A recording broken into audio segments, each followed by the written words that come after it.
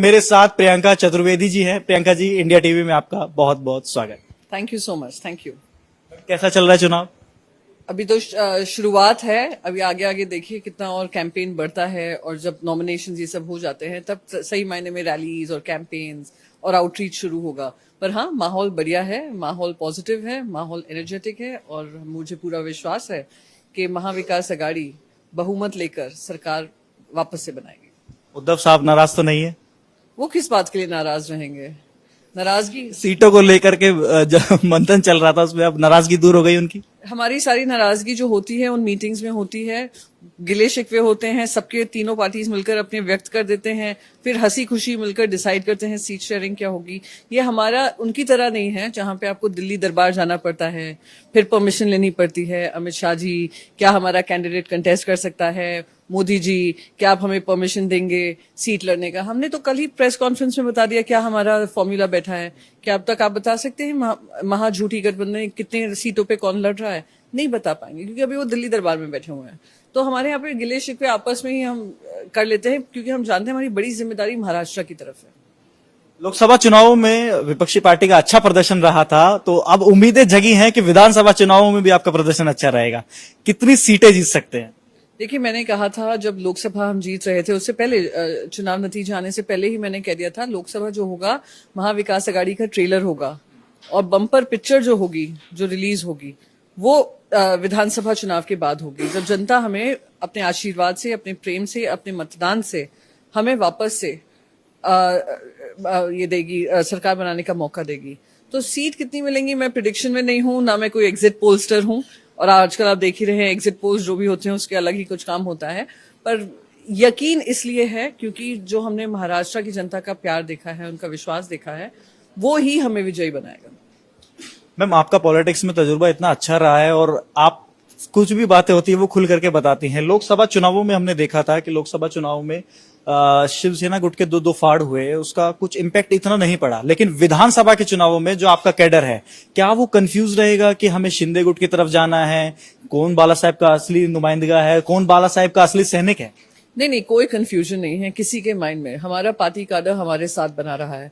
जो उनके साथ बन रहे हैं वो सिर्फ धन बल और सत्ता बल की वजह से बन रहे हैं, और ये वैसे ही टूटेंगे जैसे ही इनकी नतीजे आने चालू होंगे। और जो ये पूरा इन्होंने भारतीय जनता पार्टी प्रायोजित जो कार्यक्रम हुआ है रीजनल पार्टीज को तोड़ने का, वो जनता उनको सबक सिखाएगी।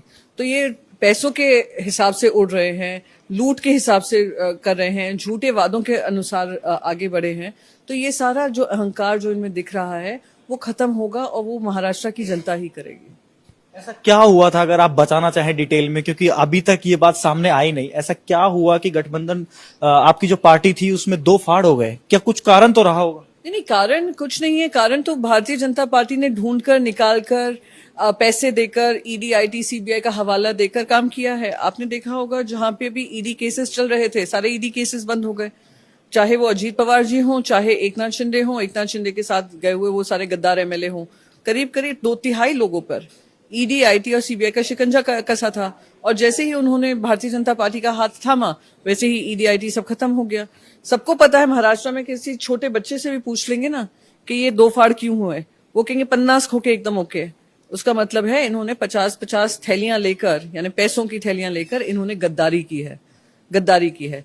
तीसरा अहम मुद्दा है, अगर वो कहते हैं आकर आज आपके मंच पे आकर कहेंगे इन्होंने हिंदुत्व छोड़ दिया, इन्होंने बीजेपी के साथ ये तोड़ दिया, तो मैं ये कहूंगी कि ये खुद एकनाथ शिंदे खुद सत्ता में शामिल थे जब हमने कांग्रेस पार्टी के साथ युति की थी। मंत्री थे, 3 इंपॉर्टेंट पोर्टफोलियोज थे। तो इनकी क्या अंतरात्मा जागी? अंतरात्मा नहीं है, ये मैन्युफैक्चर्ड आत्मा है जो भारतीय जनता पार्टी ने पैसों के बल पे की है। तो यही सच्चाई है, यही हकीकत है। महाराष्ट्र का बच्चा जानता है, अब तो देश भी जानता है कि भारतीय जनता पार्टी का एक ही मॉडल है। चिराग पासवान जी की पार्टी में आग लगाने का काम किया, इनके जो भी लॉन्ग स्टैंडिंग एलाइज रहे हैं उनको तोड़ने का काम किया। भारतीय जनता पार्टी जिसके साथ काम करती है उसी के साथ विश्वासघात करती है, और यही भारतीय जनता पार्टी की सच्चाई है। लेकिन जनता को कैसे समझाएंगे ये बात? जनता तो कंफ्यूज है। अब दो वोटर्स है, जैसे आपका सिंबल जो था वो शिंदे ग्रुप के पास चला गया, आपके पास एक नया सिंबल आया है, तो अब लोगों के बीच में जो कंफ्यूजन है, क्योंकि अब मुख्यतः जो हिंदू हार्टलैंड जो कहा जाता है और जो हिंदुत्व की लाइन कही जाती है वो तीन पार्टियों के बीच में है। पहले शिवसेना और बीजेपी दोनों एक ही पार्टियां हुआ करती थी, अब तीन गुट आ गए हैं अलग अलग।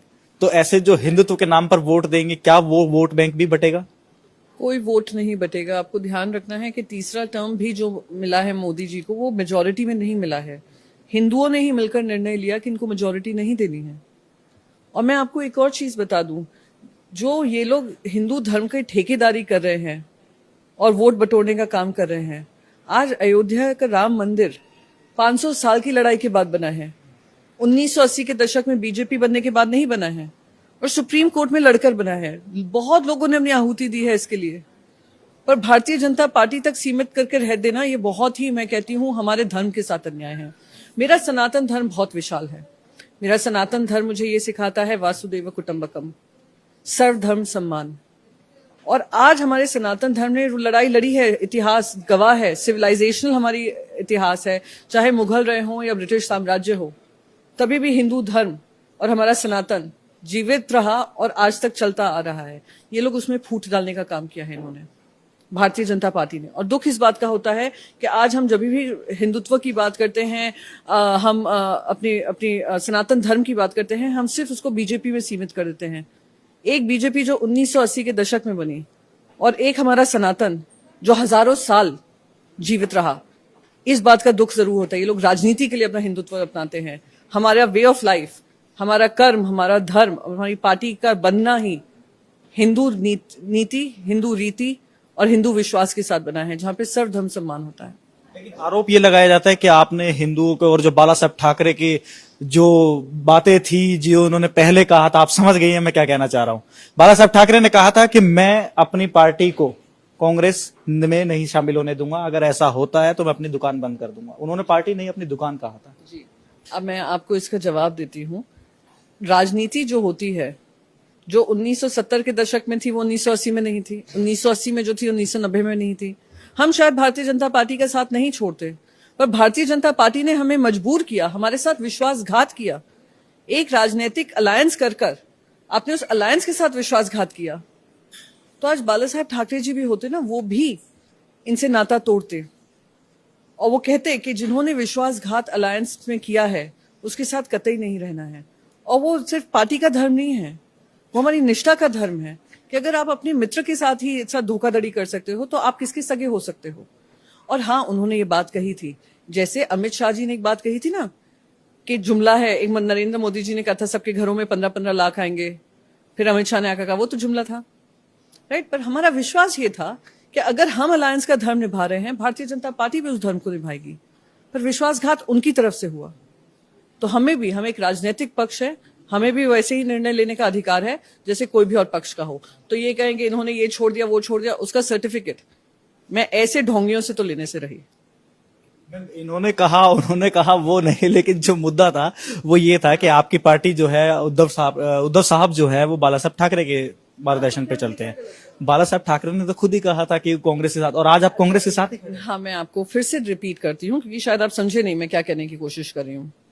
शायद आज हम भारतीय जनता पार्टी के साथ खड़े रहते, पर जो विश्वासघात करता है वो बड़ा घात करता है राजनीति में, या वो जहां पे हमने एक शब्द कहा था कि हम नहीं, एक इंटरव्यू में चलते चलते मैंने आपसे अभी कुछ कह दिया, फिर आप मुझे 25 साल बाद में पूछेंगे अरे आपने तो 25 साल पहले ये कहा था। तो राजनीति बदलती है, लोगों की विश्वास बदलते हैं, लोगों के एक्सपेक्टेशंस और एस्पिरेशंस बदलते हैं। ये हमारे मैनिफेस्टो में या हमारे कॉन्स्टिट्यूशन में तो नहीं है शिवसेना के। और जैसे भारतीय जनता पार्टी पीडीपी के लिए क्या क्या कहते, और मैंने क्या कहा तुमने क्या कहा की बात नहीं है। भारतीय जनता पार्टी अगर निर्णय ले सकती है अजीत पवार जी के बगल में बैठने को, जो खुद प्रधानमंत्री नरेंद्र मोदी ने कहा 70,000 करोड़ घोटाले में शामिल हैं, प्रफुल्ल पटेल जी जिनका इकबाल मिर्ची के साथ संबंध है, और वो फिर एनसीपी के साथ डिप्यूटी चीफ मिनिस्टर अगल बगल में लेकर बैठ सकते हैं, उनको झप्पियां पप्पियां कर सकते हैं, तो हम अपने राजनीतिक अलायंसेस क्यों नहीं बना सकते हैं समय अनुसार। अब जनता समझ रही है कि कौन है जो धर्म के ठेकेदार बनने की कोशिश कर रहे हैं, कौन है जो धर्मों में विवाद कर रहे हैं, कौन है जो हिंदू धर्म से परे काम कर रहे हैं, और वो सिर्फ और सिर्फ भारतीय जनता पार्टी है। मैम, इंडिया टीवी के कॉन्क्लेव में आने के लिए आपका बहुत बहुत शुक्रिया। बहुत बहुत शुक्रिया।